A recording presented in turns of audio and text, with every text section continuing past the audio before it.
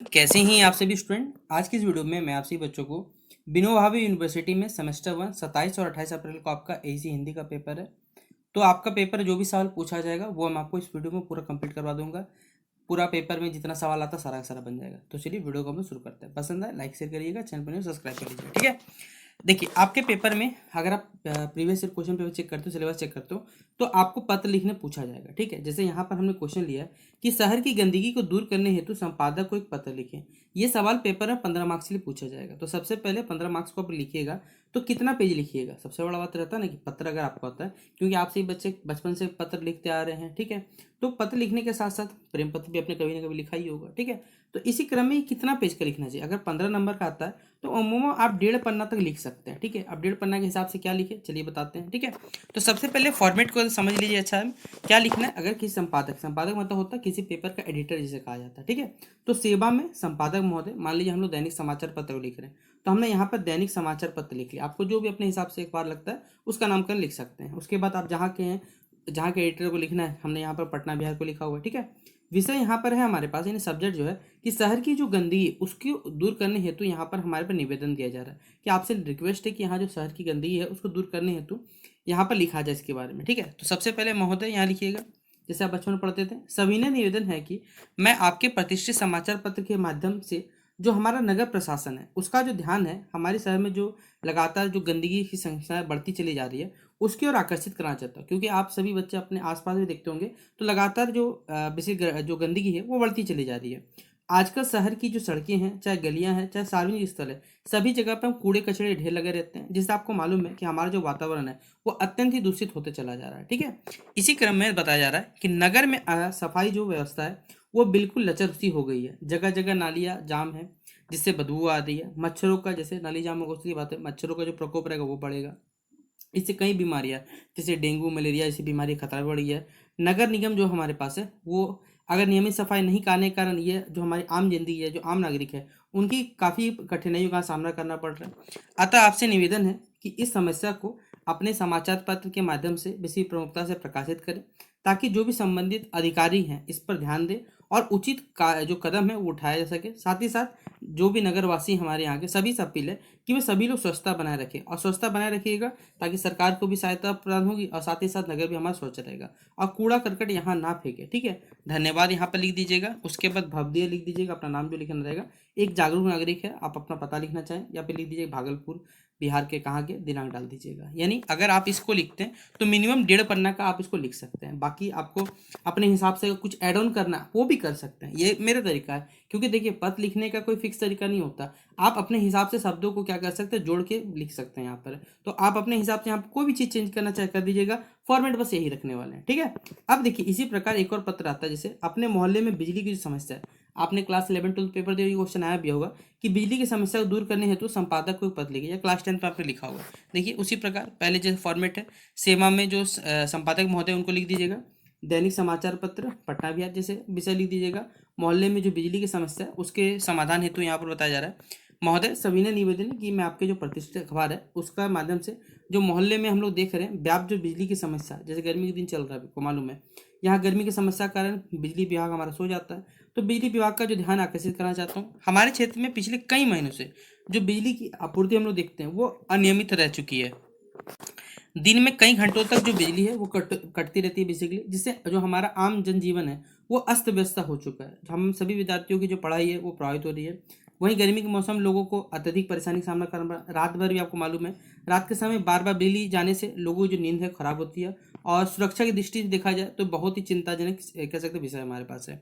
इसके तहत कहा जाए तो कम वोल्टेज की समस्या है, सभी लोग इससे प्रभावित होते हैं, जिसके कारण बिजली के उपकरण जो है वो ठीक से काम नहीं कर रहे हैं, कई बार खराब हो जाते हैं। तो कई बार शिकायत करने के बावजूद भी जो संबंधित हमारा बिजली विभाग है वो कोई ठोस कदम नहीं उठा रहा। इसलिए आपसे निवेदन है कि समस्या को बेसिकली अपने जो समाचार पत्र है उसमें प्रमुखता से प्रकाशित करें, और ताकि जो संबंधित अधिकारी है उनका ध्यान पड़े और इस पर प्रमुख रूप से कार्रवाई किया सके। उसके बाद अपना नाम पता जो लिखना चाहे दिनांक वो डाल दीजिएगा, ये फॉर्मेट रहेगा, ठीक है। तो ये दूसरा पत्र था हमारे पास। तीसरा क्षेत्र है हमारे पास है, बस एक पत्र माफ करिएगा, कि हमारे क्षेत्र में, आपके क्षेत्र में जो फैल रहा अपराध है, अपराधियों की जो कह सकते हैं पकड़ है वो लगातार मौजूद होती जा रही है आपके क्षेत्र में। इसकी रोकथाम हेतु संपादक जी को यहाँ पर पत्र लिखने बोला। यहाँ रोकथाम होगा, माफ करिएगा, रोकथाम नहीं होगा, ठीक है, था होगा। ध नहीं होगा, तो आप इसे थ कर लीजिएगा। ठीक है, देखिए क्या है। अगला हमारे पास है सेवा में संपादक महोदय, दैनिक समाचार पत्र पटना बिहार। उसी तरह विषय क्षेत्र में बढ़ते जो अपराध है उसकी रोकथाम हेतु निवेदन। महोदय सविनय निवेदन है कि वही बेसिक फॉर्मेट आपके प्रतिष्ठित समाचार पत्र के माध्यम से हमारे क्षेत्र में या आपके अपने क्षेत्र में जो बढ़ते अपराधों की संख्या है उसकी ओर आपका ध्यान जो आकर्षित करना चाहता हूँ। आजकल हमारे इलाके में चोरी, लूटपाट, छेड़खानी जैसे कई घटनाएं जो बढ़ती चली जा रही है, जिससे जो आम जनजीवन है उसमें भय और एक असुरक्षा का जो वातावरण है वो बढ़ता चला जा रहा है। विशेष रूप से कहा जाए तो रात की स्थिति में जो स्थिति है और भी चिंताजनक हो गई। सड़कों पर आप जानते हैं पर्याप्त पुलिस गश्त ना होने, यानी जो पुलिस रहेगी अगर वो सही से बेसिक पेट्रोलिंग नहीं करेंगे तो जिस वजह से क्या होता है जो असामाजिक तत्व और सक्रिय हो जाते हैं। महिलाएं हो चाहे बुजुर्ग हो, सभी का बाहर निकालना कठिन हो चुका है। कई बार हमने शिकायत भी दी, लेकिन जो पुलिस अधिकारी है जिन्हें हम ठुल्ले भी कहते हैं, ठीक है, पुलिस प्रशासन द्वारा कोई भी ठोस कदम यहाँ पर नहीं उठाया जा रहा। अतः आपसे नम्र निवेदन है कि इस गंभीर समस्या को अपने समाचार पत्र के प्रमुखता से प्रकाशित करें, ताकि जो भी संबंधित पुलिस अधिकारी इस पर ध्यान दें और अपने क्षेत्र में पुलिस की जो गश्त है वो बढ़ाई जा सके। साथ ही साथ जो अपराधी है उनको पकड़ के अच्छा से कूट दिया जाए। ठीक है, धन्यवाद। भवदीय एक कह सकते हैं जागरूक नागरिक भागलपुर, यहाँ पर बिहार, अपना नाम लिख दीजिएगा, ત્યાં डाल दीजिएगा। तो ये पत्र वाला जो फॉर्मेट है संपादक वाला, ये पूरा टॉपिक कंप्लीट होता है और यहाँ से एक सवाल 15 मार्क्स का फिक्स आ जाएगा आपका। अब देखिए यहाँ से पूछा जाएगा प्रारूपण क्या है, भाषा कौशल पूछा जाता है। ये कुछ सवाल है जो बेसिक हर साल पेपर रिपीट होने वाला आपका। तो प्रारूपण क्या है, जिसे हम लोग फॉर्मेटिंग कहते हैं, और साथ ही साथ ये जो प्रारूपण है इसकी जो विशेषताएं हैं उसका वर्णन भी करने बोला गया। तो चलिए ये जानते हैं। तो पहला हम बताते हैं प्रारूपण यानी फॉर्मेटिंग क्या होता है। तो फॉर्मेटिंग वो प्रक्रिया जिसके द्वारा मान लीजिए कोई दस्तावेज है, कोई लेख है, रिपोर्ट है, या किसी प्रकार का लिखित सामग्री को एक सुव्यवस्थित तरीके से, स्पष्ट तरीके से और भी हम लोग आकर्षक बना सकते हैं। ठीक है, जैसे इसमें टेक्स्ट के फॉन्ट, बेसिकली जो फॉन्ट लिखने का तरीका होता है, आकार हो गया, रंग हो गया, लाइनिंग करना, मार्जिन देना, अनुच्छेद विभाजन, शीर्षक, कई तरीके से हम इसको और आकर्षित बनाने कार्य करते हैं। ठीक है, ताकि जो सामग्री है बेसिकली वो पढ़ने में और भी आसान हो सके और उसका प्रभाव बेसिकली बेहतर पड़ सके। यह विशेष रूप से शैक्षणिक संस्थान हो गए, व्यावसायिक क्षेत्र हो गया और जो भी आधिकारिक दस्तावेज बनते हैं उनमें इसका बहुत महत्वपूर्ण योगदान होता है। प्रारूपण की बात करें तो सबसे महत्वपूर्ण इसकी विशेषता क्लैरिटी, मतलब ये स्पष्ट होना चाहिए। सही प्रारूपण के माध्यम से जो विचार हमारे उसको क्रमबद्ध एक सीरियल वाइज रूप में लिखें और साफ तरीके से उसको प्रस्तुत करने का कार्य करते हैं, जिससे जो पाठक है हमारे वो बिना किसी भ्रम के विषय के बारे में समझ पाता है।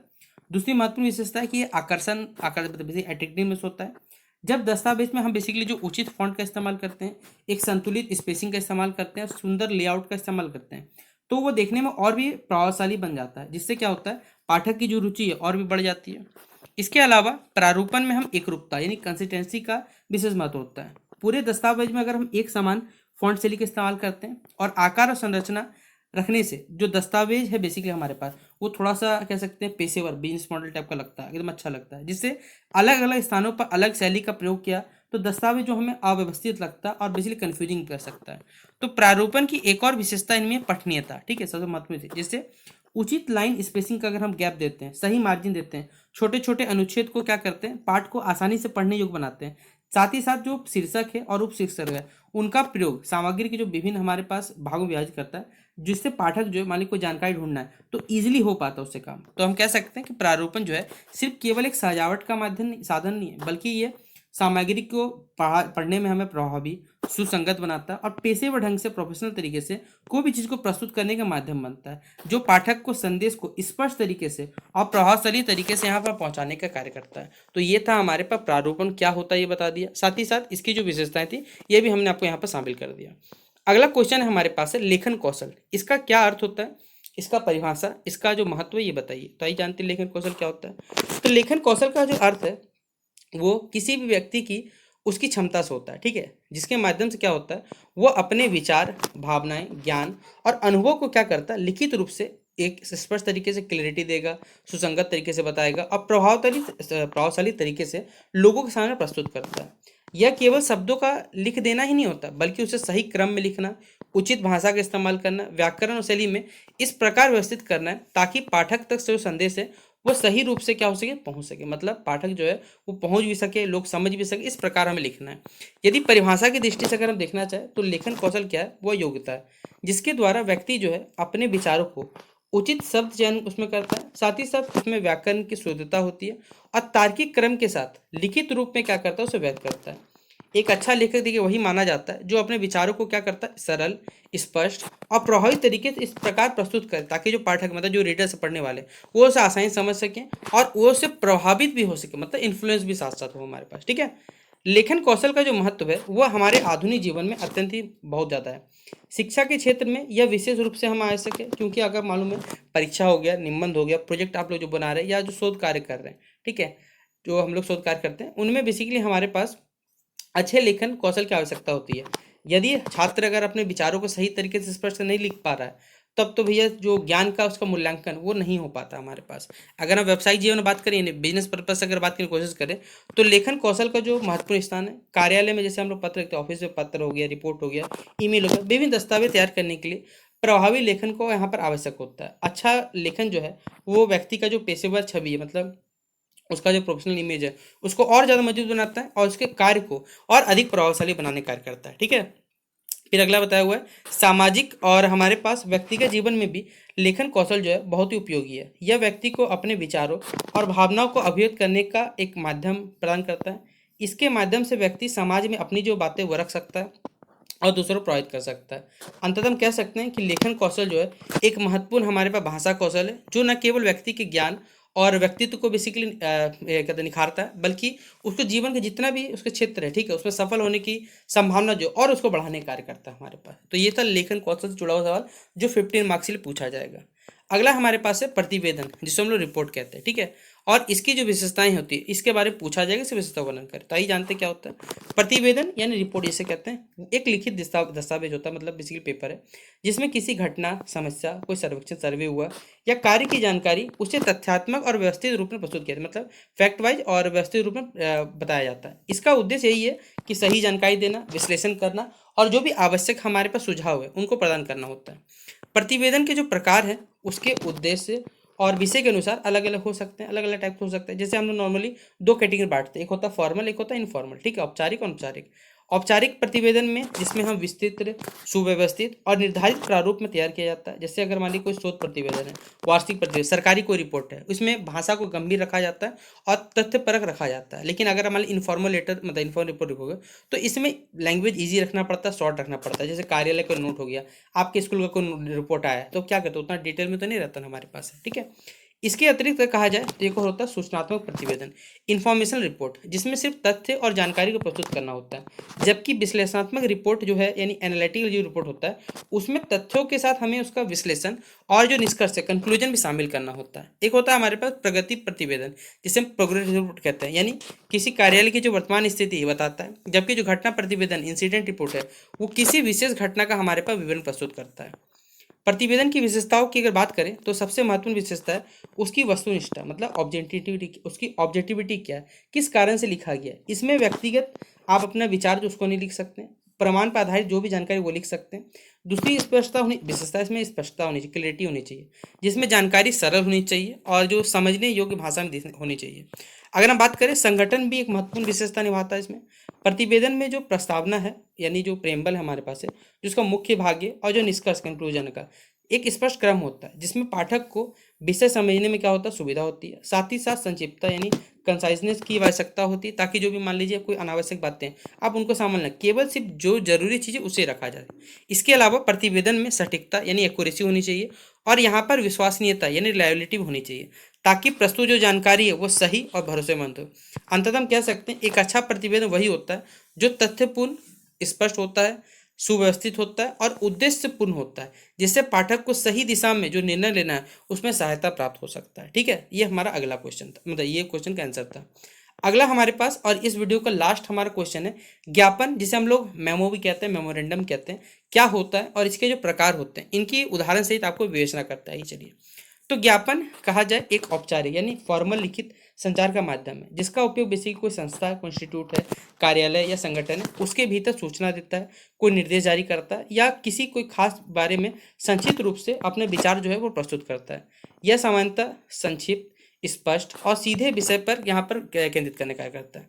अब देखिए ज्ञापन के जो प्रकार होते हैं उसके उद्देश्य पर डिपेंड करता है और उपयोग के आधार पर अलग हो सकता है। जैसे मान लीजिए सूचना ज्ञापन, जिसे हम इन्फॉर्मेशन मेमो कहते हैं, इसका उपयोग है किसी महत्वपूर्ण सूचना को कर्मचारी जो ऑफिस के एम्प्लॉयज़ है या संबंधी जो व्यक्ति है उनको पहुंचाने के लिए जाता है, जैसे कोई मीटिंग की सूचना हो गया, कोई अवकाश की घोषणा हो गया। फिर होता है कि हमारे पास डायरेक्टिव मेमो, जिसमें किसी कार्य को करने के लिए यहाँ पर निर्देश दिया जाता है। एक होता है स्पष्टीकरण ज्ञापन, जिसे एक्सप्लेनेटरी मेमो कहते हैं। इसका उपयोग किसी स्थिति या निर्णय के कारणों का समझाने के लिए किया जाता है, ठीक है। इसके अतिरिक्त कहा जाए, एक होता है हमारे पास रिमाइंडर मेमो, यानी मान लीजिए कोई पूर्व सूचना जारी की थी, उसको याद दिलाने के लिए हम लोग किया जाता है। और एक होता है कंप्लेंट मेमो, इसके माध्यम किसी समस्या या असंतोष को व्यक्त किया जाता है।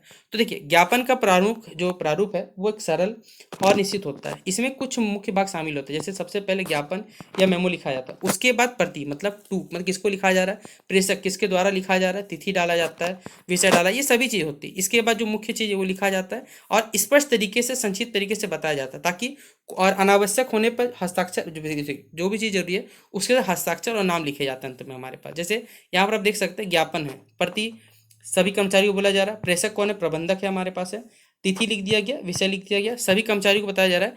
1 मई 2026 से कार्यालय का जो समय पहले जो 9 बजे से था, अब शाम 5 बजे तक कर दिया गया। तो सभी से अनुरोध है कि नए समय का पालना करें। यहाँ पर जो प्रबंधक है उनके हस्ताक्षर होंगे। इस प्रकार हम लोग क्या करते हैं, एक प्रभावी, संक्षिप्त और औपचारिक जो संचार माध्यम बनाते हैं, जो कार्यालय कार्य को हमें सुचारू रूप से संचालित करने में क्या करता है, महत्वपूर्ण भूमिका निभाता है। तो ये था आपसे बच्चों का एसी हिंदी का पेपर में जो सवाल पूछा जाएगा। अब आपसे बच्चे आराम से पेपर देने जाइए, पेपर में आपका हर सवाल बन के आएगा। इसके बाद आपके जो भी पेपर रहेंगे वो भी आपको हमारे चैनल के द्वारा कवर करा दिए जाएंगे। आप फिलहाल आराम से परीक्षा दिए, बेस्ट हिसाब से बच्चों को। मिलते हैं नेक्स्ट वीडियो पे। जय हिंद और जय भारत।